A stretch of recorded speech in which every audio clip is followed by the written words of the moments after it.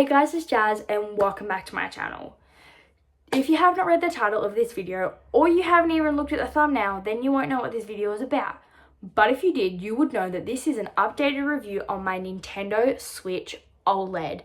Now, if you have not seen the unboxing video for this Switch, I highly recommend you go check that out. It'll be up in the iCard above. Now, I got this Switch back in January of this year because it was a birthday gift.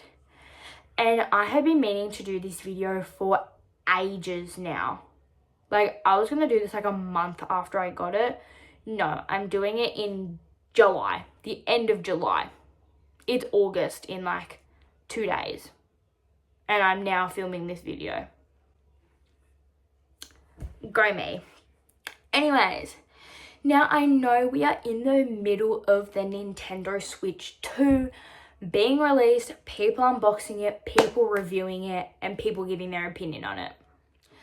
So I thought I might as well give my opinion.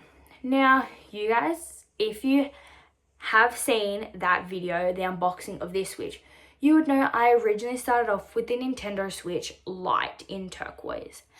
Then I moved on to the Switch 2.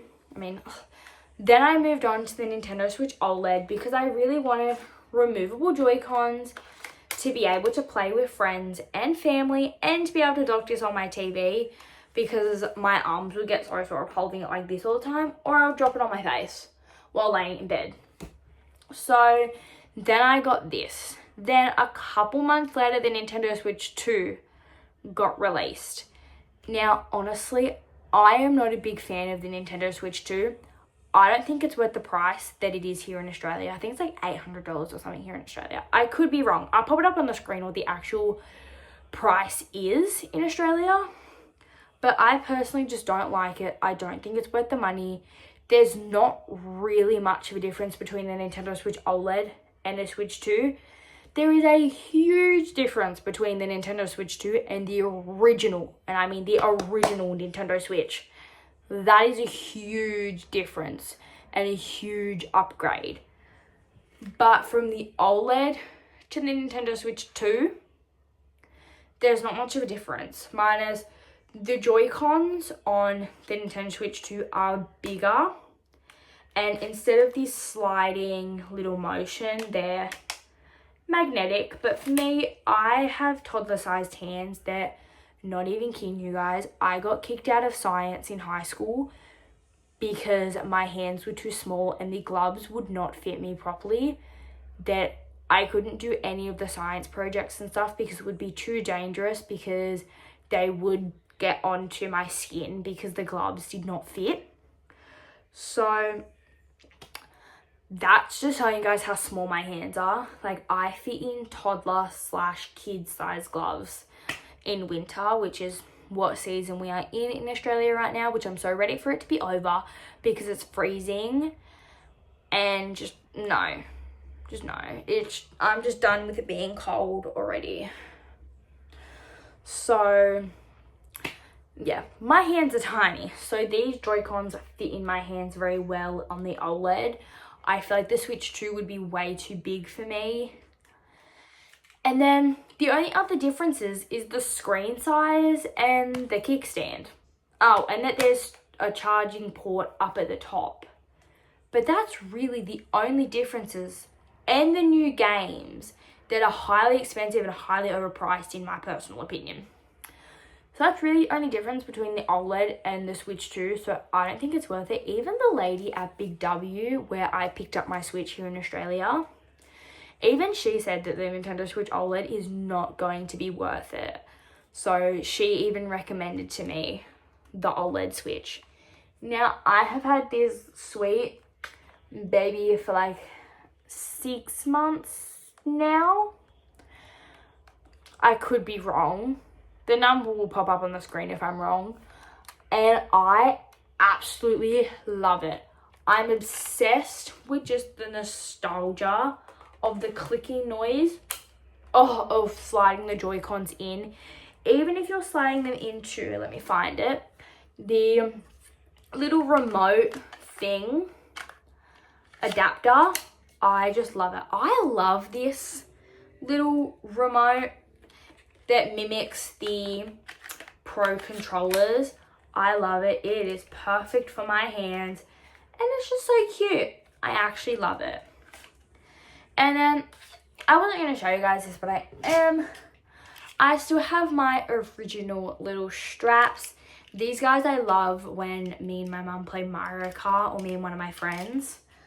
So fun. And then here is the dock. This thing holds up so well. Like, this is a sturdy, like, piece of like electronic. Oh my god. Piece of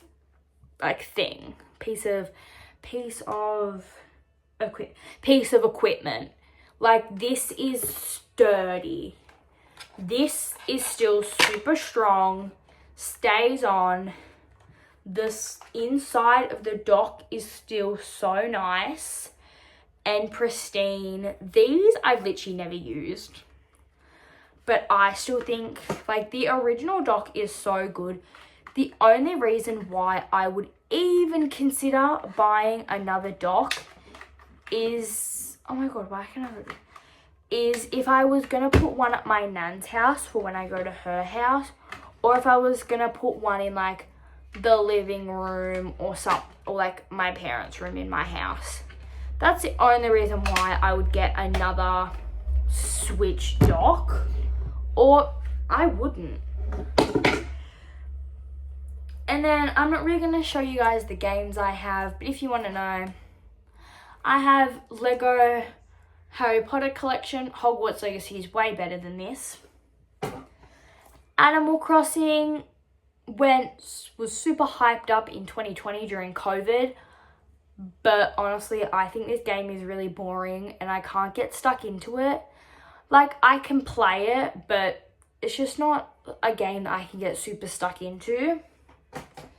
This game is third in my top 3, primarily because I've been playing it since it came out on the Nintendo DS, and it's My Sims, and then My Sims Kingdom.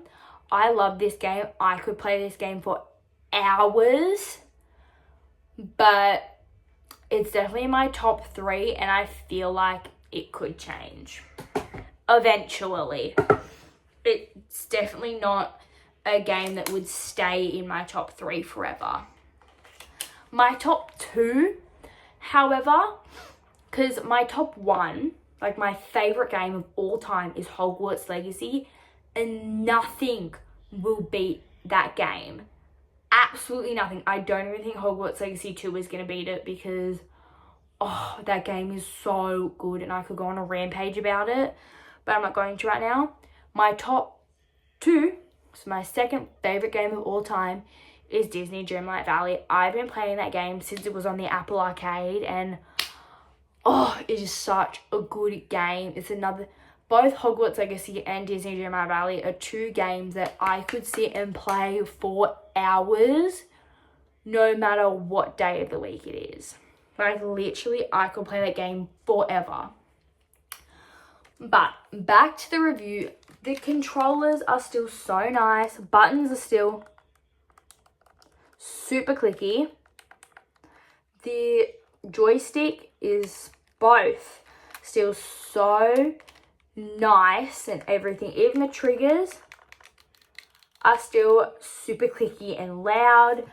The sliding motion is still perfect and strong and working well.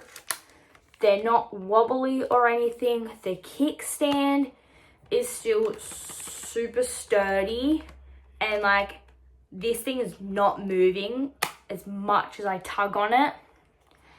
And the screen is still so bright, so clear, so beautiful, and I just love it to pieces. It is just such a good piece of hardware, and I seriously just love it to death. I will quickly show you guys the other games that I do have. I also have Lego Marvel Superheroes it was just a random game on the eShop that I decided to buy that I wanted. Just because I really needed a new game in my life. It's a meh game. It's good, but it's not bad either. YouTube is not a game, but for some reason I have to have YouTube on every single device I own. So YouTube, I do have Mario Kart 8 Deluxe. You know what? We're going to save that game for last. The Lego Movie 2 video game I also got just because it was on the eShop, looked fun. It's also another meh game in my opinion. It's good, but it's not bad either. It's just like meh. The Smurfs Dreams game, I love. I only have the demo at the moment, but I seriously love it. Now, Mario Kart 8 Deluxe. Mario Kart 8 Deluxe and the new Mario Kart are going head to head at the moment for what one is the best Mario Kart. Now, I have not fully tried out the new Mario Kart. I've tried it in like JB Hi-Fi in like the store. It's like this electronic store here in Australia.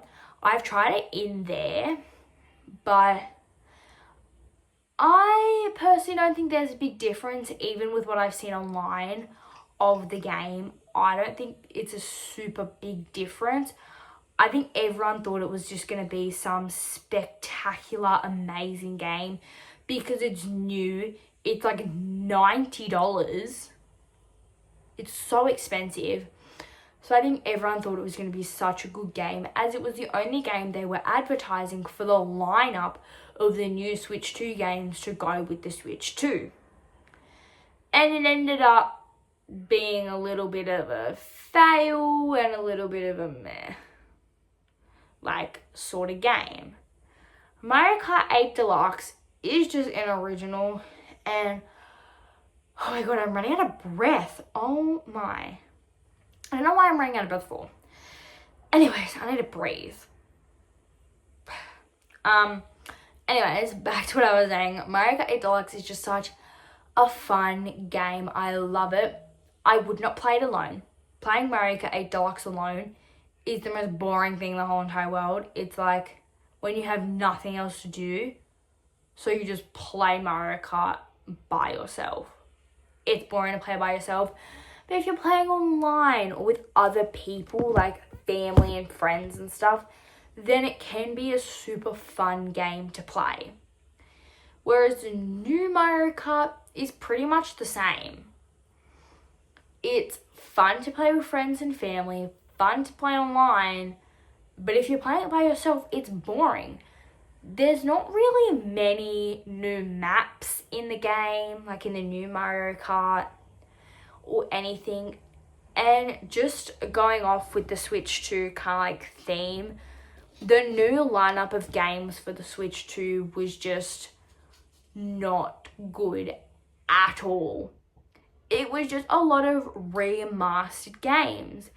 Games that we already have on the original Switch and the Switch OLED. And or games that we had on old Nintendo devices that they are just continuing to reproduce but make us pay a higher price for it because they've just reproduced it with some better qualities. Like, you know, it looks a bit better, it's a bit crisper and stuff like that, but it's not any different to the original. It's just a little bit crisper and the graphics are a bit better, but they just want to charge us a higher price for it, which I personally think is ridiculous. But anyways, that's how you know that this video is not an ad and not a promotion for the Nintendo Switch, because I'm giving you my raw, real opinion on the Switch. The Switch 2, I love this thing. I highly recommend you get yourself a Switch 2. This is the best console in the whole world, in my opinion. Honestly, I did used to be an Xbox girly as well. Love the Xbox. Literally love. But for me, for my own console that isn't like a family console, which is what our Xbox is, the Nintendo Switch is just, I just love it. The OLED, chef's kiss, 10 out of 10. I love this. It's so good, so nice to play in handheld mode, in tabletop mode. It's got these little rubber feet. I don't know if you guys can see that. So if I place it down, it won't move. It is jiggling like my whole TV cabinet though, but like the Switch isn't moving. As you guys just saw, it just tipped my camera over. But in tabletop mode, it's so fun to play. Even docked, playing it on my TV, which you guys are leaning up against right now. It is so good, and I highly recommend the Nintendo Switch OLED. Me personally, I wouldn't recommend the Switch 2. I wouldn't. Honestly, if you are thinking about getting a Switch 2, I would wait a couple years, because then it's been out for a while, and then they can fix all the bugs and everything that it's been having with the original release, and then it will probably be like 10 times better. Honestly, in my opinion. But I hope you guys enjoyed this video, and I will see you guys in the next one. Bye.